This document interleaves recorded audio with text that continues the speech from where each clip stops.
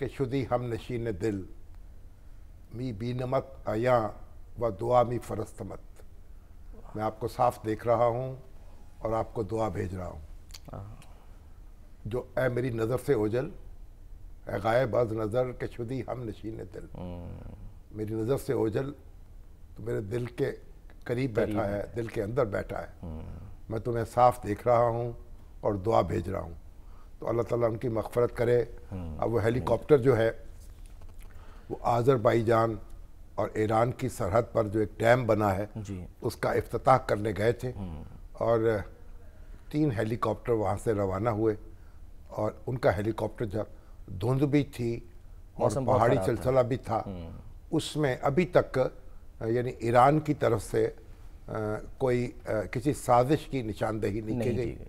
لیکن ہمارے social media میں اور بین الاقوامی میڈیا میں طرح طرح کی خبریں گردش کر رہی ہیں، اور یہ بھی کہا جا رہا ہے کہ ایک کوئی بھارتی نجات شہری جو ہے، بھارتی شہری دیکھا گیا ہیلی کاپٹر کے قریب یعنی چند گھنٹے پہلے، تو اس کا سراغ لگانے کی کوشش کی جا رہی ہے. یہ بھی اسرائیل کا نام بھی لیا جا رہا ہے، اگرچہ اسرائیل نے تردید کی ہے، لیکن ایک مبصر نے اس نے کہا کہ امریکہ اس کا ذمہ دار ہے. یہ جو ہیلی کاپٹر ہے یہ 2000 میں خریدا گیا تھا، بیل 212.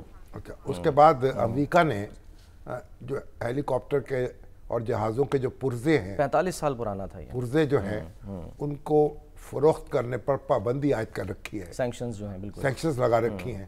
تو وہ جو ہیلی کاپٹر تھا یعنی اس کی جو ریپیئر اپگریڈ ہونا تھا وہ نہیں ہو سکی بالکل، اور وہ پرزے حاصل نہیں کیے جا سکے ان پابندیوں کی وجہ سے جو حاصل کیے جانے چاہیے تھے. بہرحال اب ایران کی حکومت جب تحقیقات کرے گی اور کوئی مصدقہ بات سامنے آئے گی تبھی اس پہ اظہار خیال کیا جائے گا. لیکن اس وقت تو ہم ایران کے بھائیوں کے غم میں برابر کے شریک ہیں. مجھے تو ایسے محسوس ہو رہا ہے جیسے ہمارے سربراہ جو ہیں وہ رخصت ہو گئے ہیں، نشانہ بن گئے ہیں. ایسے ہی ہے، یعنی ایک بالکل ایک جو اپنائیت کا احساس انہوں نے دیا یہاں آ کر، سر اس میں جو ان کی ہم نے باتیں سنی. اور سب سے امپورٹنٹ کہ ظاہر ہے جو غزہ کے مسئلے کو لے کے پھر انہوں نے اسرائیل پر جو اس کا جواب دیا حملے کا، اس میں کتنی یعنی کہ پاکستانی قوم جو ہے وہ ان کے ساتھ کھڑی رہی، پوری ملت اسلامیہ. اور سعودی عرب اور ایران کے درمیان جو تعلقات وہ بھی ان کے دور میں جو ہے وہ بہتر ہوئے، بحال ہوئے. سعودی عرب کے ساتھ تعلقات بہتر ہوئے. پھر یہ کہ جو ایران نے جو موقف اختیار کیا اور جس طرح حماس اور حزب اللہ جو ہے اس کی پشتیبانی کی، اب اس سے ایک جو مسلمان عوام ہیں اس میں ایک بڑا مقام بلند ہوا ایرانی قیادت کا. تو بہرحال اللہ تعالیٰ ان کی مغفرت کرے. اور ان کے ایران جو ہے، ایران کے دستور کے مطابق وہ محمد مخبر نائب صدر اول تھے، انہوں نے یہ عہدہ سنبھال لیا ہے، اور میرے خیال 50 دن کے اندر آئین کہتا ہے کہ 50 دن میں انتخابات ہو جائیں گے. اور جو رہبر انقلاب یعنی آیت اللہ خامنئی، ان کے دفتر سے ایرانی عوام کو کہا گیا کہ وہ حوصلے میں رہیں اور ایران کا جو انتظام ہے اور نظم جو ہے اس میں خلل نہیں پڑے گا. ظاہر ہے کہ بھئی ایک نظام جو مضبوط ہوتا ہے وہ افراد کے ساتھ وابستہ نہیں ہوتا، اور افراد جو ہیں وہ خلا تو پیدا ہوتا ہے لیکن زندہ قومیں جو ہیں اس صدموں کو برداشت کرتی ہیں اور پھر آگے بڑھتی ہیں. بالکل سر، ہم نے کیونکہ آپ نے ذکر کیا ہے کہ نہیں مطلب یعنی کہ سسٹم جو ہے ڈسٹرب ہوتا، ہم صرف 1940 سے اگر بات کریں 14 سربراہ مملکت ہیں جو کہ مختلف فضائی حادثات میں، جس میں ظاہر ہے ایران جو ہے نا، ایران کے جو دوسرے صدر تھے، پہلے صدر تو تھے بنی صدر انقلاب کے بعد. بنی صدر جو تھے ان کی تو کچھ عرصہ رہے، وہ پھر ان کی امپیچمنٹ کر دی پارلیمنٹ نے، اور وہ پھر وہاں سے چلے گئے، ایران سے بھاگ کر چلے گئے، اور فرانس میں انہوں نے جا کے سکونت اختیار کر لی. اور دوسرے صدر تھے محمد علی رجائی. تو محمد علی رجائی جو ہے وہ بھی اور ایران کے وزیر اعظم بھی وہ ایک بم دھماکہ جو تھا اس میں وہ شہید ہو گئے. اور پھر ایران کی پارلیمنٹ پر بھی حملہ ہوا 7 سال پہلے میرا خیال. آیت اللہ خمینی جو ہیں ان کے مزار پر بھی حملہ ہوا، دہشت گردوں نے حملہ کیا. تو بہرحال خامنائی صاحب پر بھی اٹیک ہو چکا ہے، وہ جو چھوٹا سا بم پھٹا تھا اور ان کا ایک ہاتھ جو ہے اس میں جو ہے ہاتھ اس کی نظر ہو چکا. جی ایگزیکٹلی. لیکن یہ ہے کہ ایران جو ہے اور پھر عراق کے ساتھ جو جنگ ہوئی اس میں ہزاروں لوگ شہید ہو گئے، عورتیں بیوہ ہو گئی، بچے یتیم ہو گئے، لیکن ایران نے بڑی پامردی کے ساتھ، بڑے حوصلے کے ساتھ، اور ایران کی لیڈرشپ نے اپنے ملک کو سنبھالا ہے اور اپنے راستے پر اس گامزن رہی ہے، اور ایک اپنی جو یعنی ایک بادشاہت کے خاتمے کے بعد جو نظام وہاں قائم ہوا، اسلامی اور جمہوری نظام، کہ اسلامی جمہوریہ ایران ہے نا، بالکل. تو وہ جو دنیا میں دو ہی اسلامی جمہوریہ ہیں، ایک اسلامی جمہوریہ پاکستان ہے اور ایک اسلامی جمہوریہ ایران ہے. بالکل.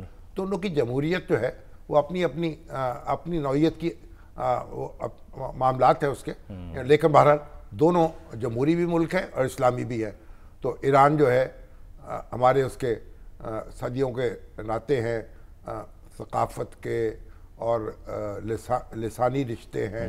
فارسی زبان جو ہے وہ بر صغیر کی یعنی ایک سرکاری زبان رہی ہے.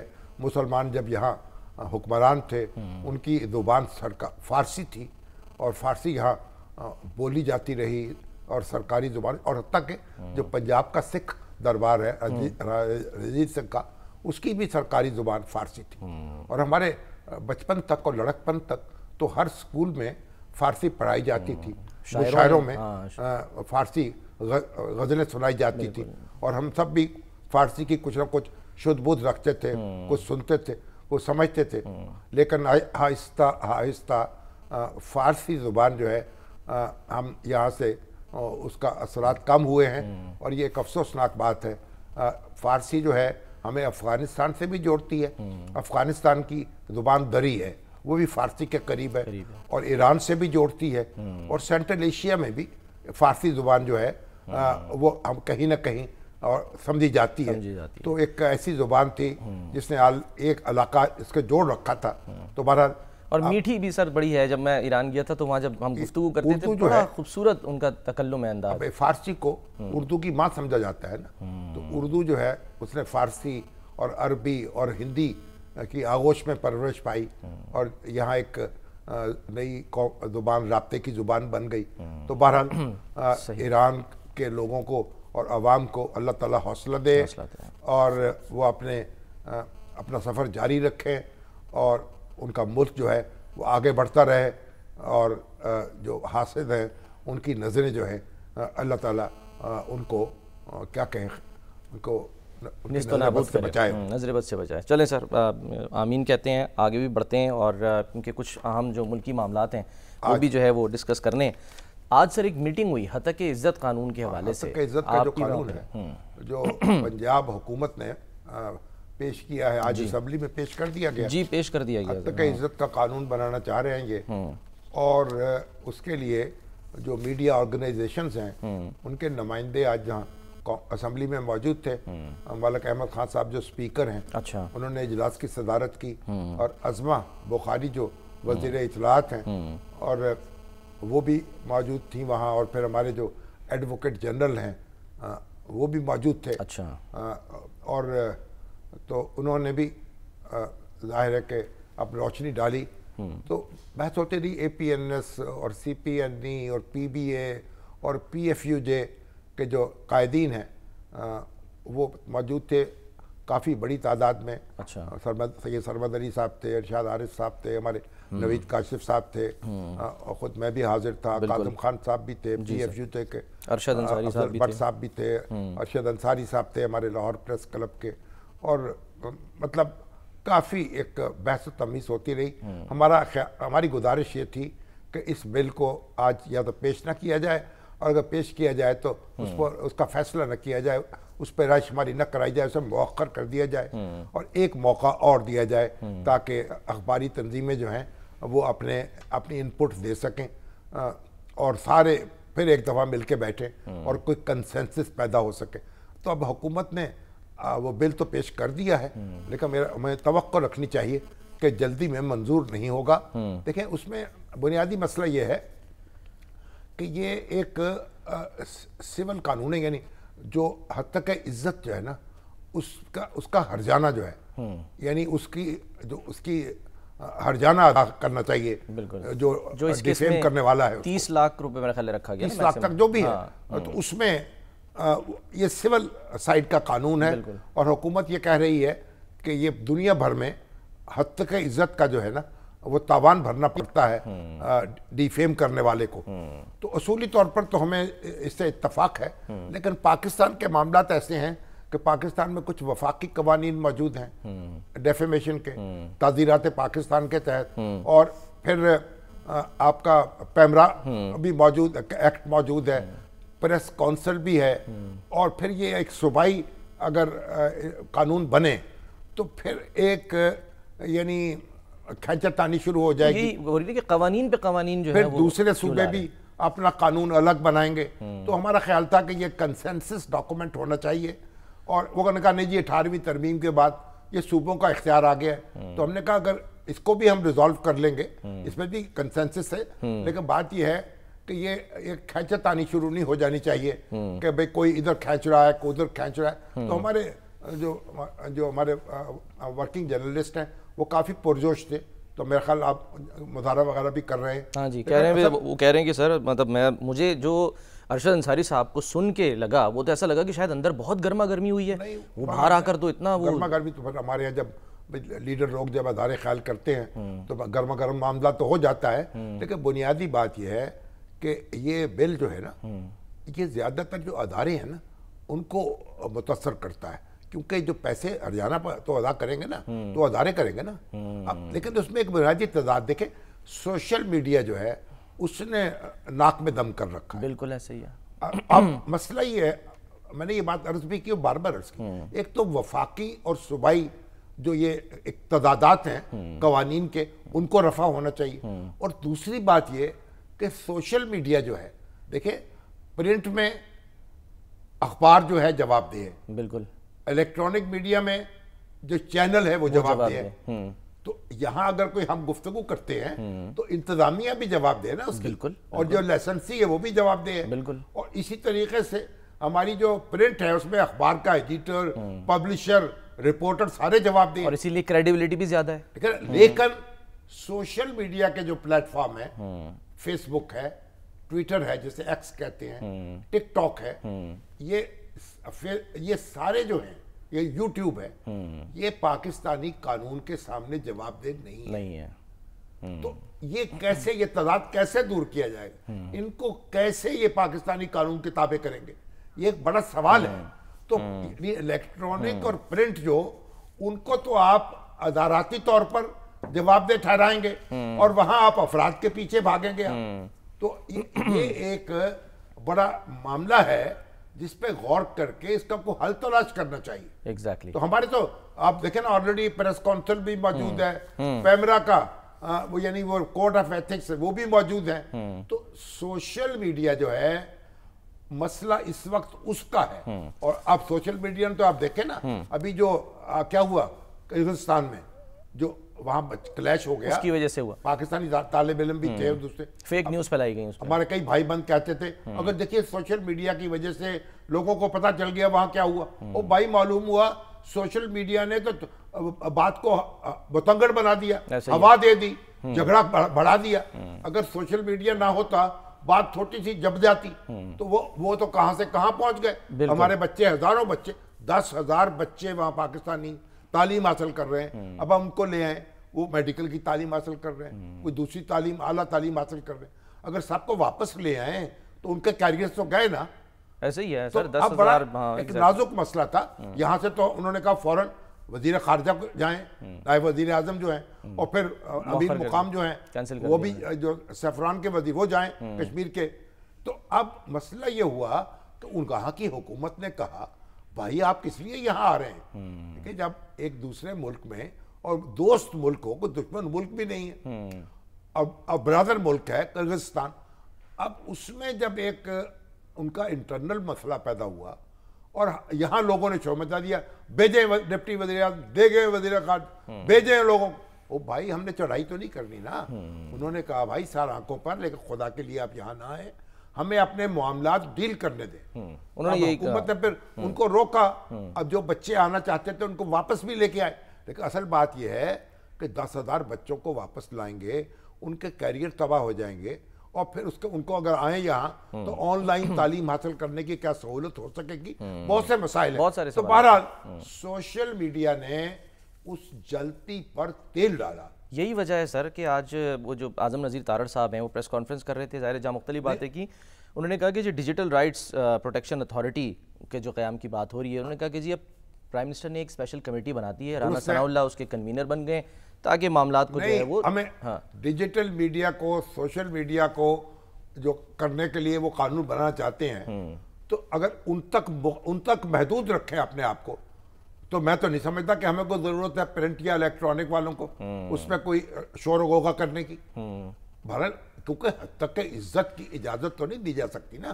ہم بحیثیت اخبار نویس کے یا میڈیا پرسن کے یہ مطالبہ نہیں کر رہے کہ ہمیں جناب لوگوں کی بے عزتی کرنے کا حق دیا جائے, یہ کوئی ہمارا حق نہیں ہے. بالکل. لیکن یہ ہے یا فیک نیوز دینا. لیکن یہ ہے کہ آپ اگر ایک ٹریبونل بنائیں گے, وہ عارضی قسم کے ٹریبونل ہوں گے جن کو انتظامیہ مقرر کرے گی, اور پھر ایک صوبے میں بنا دیں گے, باقی صوبوں میں کیا ہوگا کہ صوبوں میں کھینچتانی شروع ہو جائے گی, ایک مقدمہ یہاں ہوا, ایک مقدمہ وہاں ہوا. تو یہ بھی دیکھنا چاہیے کہ ایک معاملے میں ایک ہی مقدمہ درج ہو سکے اور وہ پورے ملک میں ایک ہی مقدمہ چلایا جا سکے, یہ بھی تو دیکھنا ہے نا. صحیح ہے. تو مطلب بہرحال اب یہ بھی ایک فیڈرل, یہاں فیڈریشن بھی آ جاتی ہے.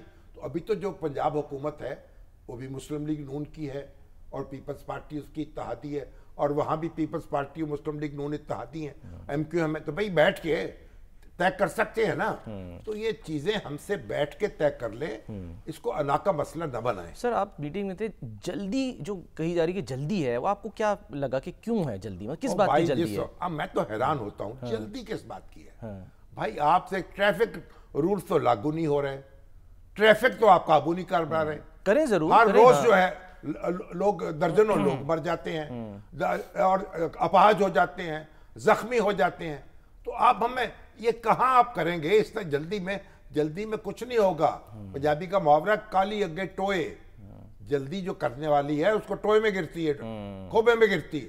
تو اس لیے تسلی رکھیں, 2-4 ہفتے سے کوئی فرق نہیں پڑتا, لیکن ایک بیٹھ کے تسلی سے قانون بنایا جائے جو مطلوبہ مقاصد پورے کر سکے. بالکل ٹھیک ہے. ٹھیک. اب وہ ڈیجیٹل اتھارٹی ہے, بنائیں اور دیکھیں گے, اس کا بھی جائزہ لیں گے. ہمیں کوئی شوق نہیں ہے, سوشل میڈیا جو ہے ہم اس کے وکیل نہیں ہیں. سوشل میڈیا جانے اور وہ جانے, کیونکہ جو لوگوں کو ڈیفیم کرے, جو لوگوں پہ جھوٹ بولے اور جو لوگوں پہ تہمتیں لگائے, وہ خود جواب دے.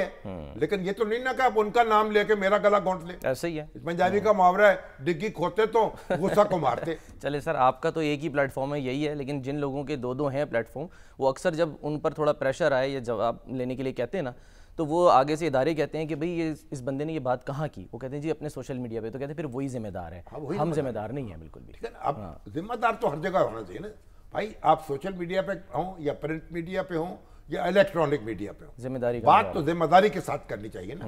اور کئی لوگ ایسے سوشل میڈیا پہ ہمارے بہت اچھی گفتگو کرتے ہیں, لیکن مسئلہ مجھے لوگ کہتے دن رات آپ بھی آپ سوشل, میں نے کہا بھائی میں تو وہی بات کرنا چاہتا ہوں جو اپنے ٹی وی پہ بیٹھ کے کر لیتا ہوں. یا آپ مجھے تو کوئی جی آپ کے جہاں جاتا ہوں جی آپ کے پابندی ہے.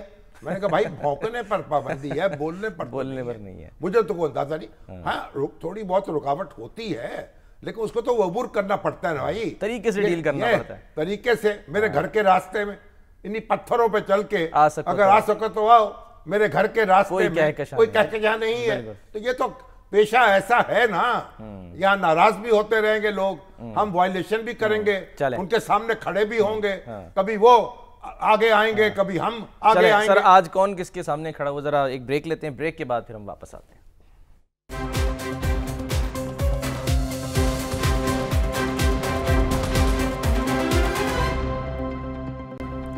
ویلکم بیک جی. شامی صاحب ایک شاعر ہیں احمد فرحات صاحب, احمد فرحات جی, وہ گمشدہ ہو گئے اور ان کا معاملہ جو ہے وہ ہائی کورٹ غزل ہے نا, جس کی ردیف ہے اسے اٹھا لو, بڑی غزل مشہور ہوئی ہے ان کی. میں تو احتیاط کروں گا سر پڑھنے سے. آپ تو احتیاط کریں, احتیاط اس میں کیا حرج ہے, شعر پڑھنے میں کیا حرج ہے. انہوں نے بھی پڑھا تھا نا سر. خیر وہ گمشدہ اسے اٹھا لو, اسے اٹھا لو. رضوان قاضی صاحب ہمارے ساتھ سے جو آج سماعت ہوئی ہے محسن اختر کیانی صاحب نے جو ہے وہ اس کی. رضوان صاحب السلام علیکم. السلام علیکم سر. آج یہ جو احمد فرحات صاحب ہیں ان کی گمشدگی کا معاملہ عدالت میں زیر سماعت تھا. جی یہ جو ہے یہ پچھلے ہفتے لاپتہ ہوئے تھے اور ان کی بازیابی کے لیے ان کی جو اہلیہ ہیں اور انہوں نے درخواست دائر کی تھی اور آج جو سماعت ہوئی ہے اس میں جو ان کی وکیل ہیں وہ ایمان مزاری اور ان کی فیملی پوری عدالت میں پیش ہوئے اور وہاں پہ عدالت نے جو ہے وہ جو تفتیشی افسر ہیں ان سے کہا جی کہ آپ جو ہے کارروائی کریں اور جس بھی ادارے کے پاس ہے وہ جو ہے ان کو بازیاب کروائیں. اور جو سیکرٹری دفاع ہیں اور سیکرٹری داخلہ ان کو عدالت نے کل طلب کیا ہے اور انہوں نے کہا جی کہ تو یہ بھی دھمکی دی ہے کہ وزیر اعظم کو بلا لیں گے, کابینہ کو بلا لیں گے, آئی ایس آئی کے سیکٹر کمانڈر کو بلا لیں گے. جو جسٹس محسن اختر کیانی انہوں نے سماعت کیا اور اس میں انہوں نے سنگل بینچ تھا. سنگل بینک تھا. اچھا. اور انہوں نے ریمارکس دیے ہیں کہ اگر یہ آتے ہیں اور پھر بھی اگر کام نہیں ہوتا تو اس کے بعد وزیر اعظم کو بھی بلائیں گے اور کابینہ جو ہے اس کو بھی آنا پڑے گا. اتنے جذباتی کیوں ہو گئے؟ یہ جو مسنگ پرسن والے حوالے سے انہوں نے کہا ہے اور وہ یہ تو ان کے عدالت میں جو ہے وہ پہلے بھی ایسے کیسز زیر سماعت ہیں کافی سارے اور انہوں نے کہا جی کہ جو سیکرٹری دفاع ہیں وہ آگے ریٹن دیں کہ ان کے اداروں کے پاس وہ موجود. احمد فرحات صاحب کو بازیاب ہونا چاہیے اور کسی پاکستانی شہری کو حق نہیں ہے کسی ادارے کا کہ اس کو غائب کر دے. ہمارا دستور پاکستان اس میں لکھا ہوا ہے جو حق ہے, بنیادی حق ہے ہر شہری کا کہ جب اس کے خلاف کارروائی ہو, اس کو کوئی گرفتار کیا جائے تو فوری طور پر اس کا جرم اس کو بتایا جائے, اس کو اور بتایا جائے کہ ہم نے آپ کو کس جرم میں گرفتار کیا ہے, پھر اس کو مجسٹریٹ کے سامنے پیش کیا جائے. تو اگر کوئی شخص اٹھا لیا جاتا ہے اور وہ مجسٹریٹ کے سامنے پیش نہیں ہوتا, اس کا جرم پتہ نہیں چلتا, تو اس سے تو کوئی نامناسب بات کو اور ہو نہیں سکتی.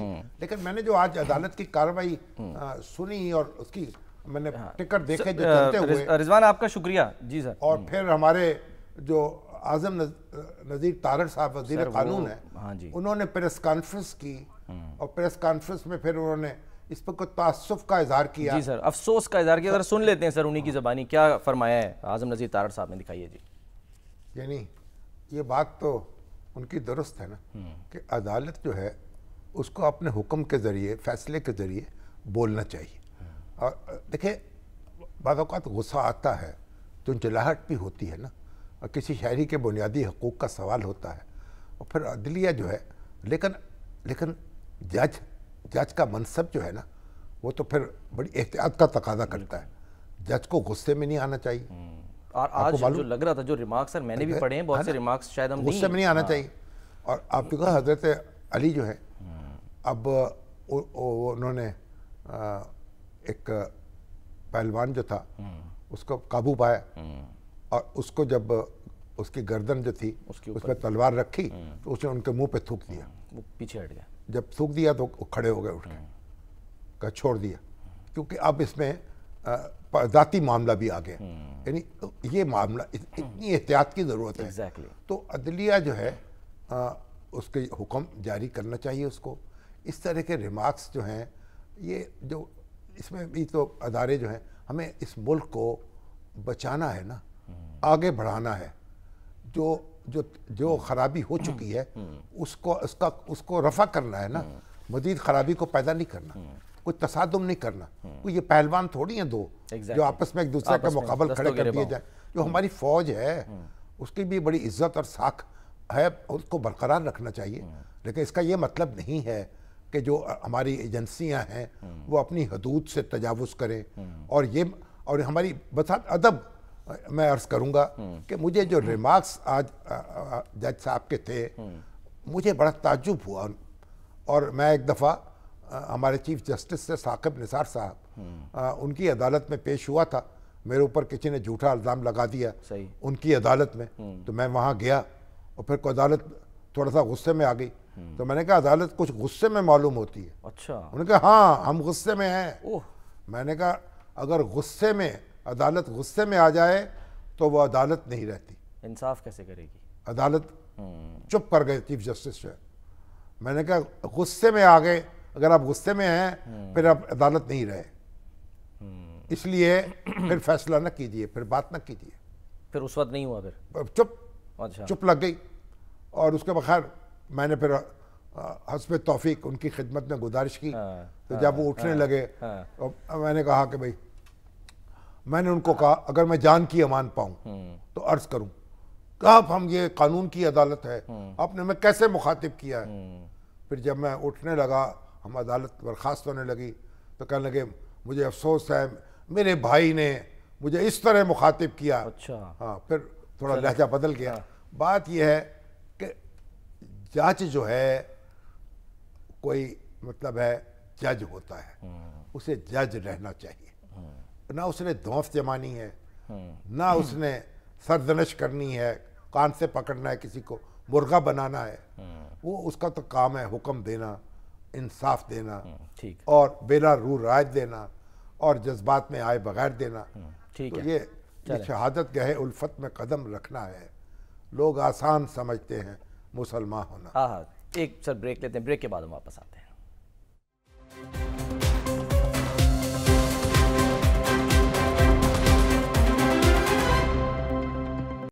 پروگرام کا وقت ختم ہوتا ہے، ناظرین اپنا خیال رکھیے، اللہ حافظ۔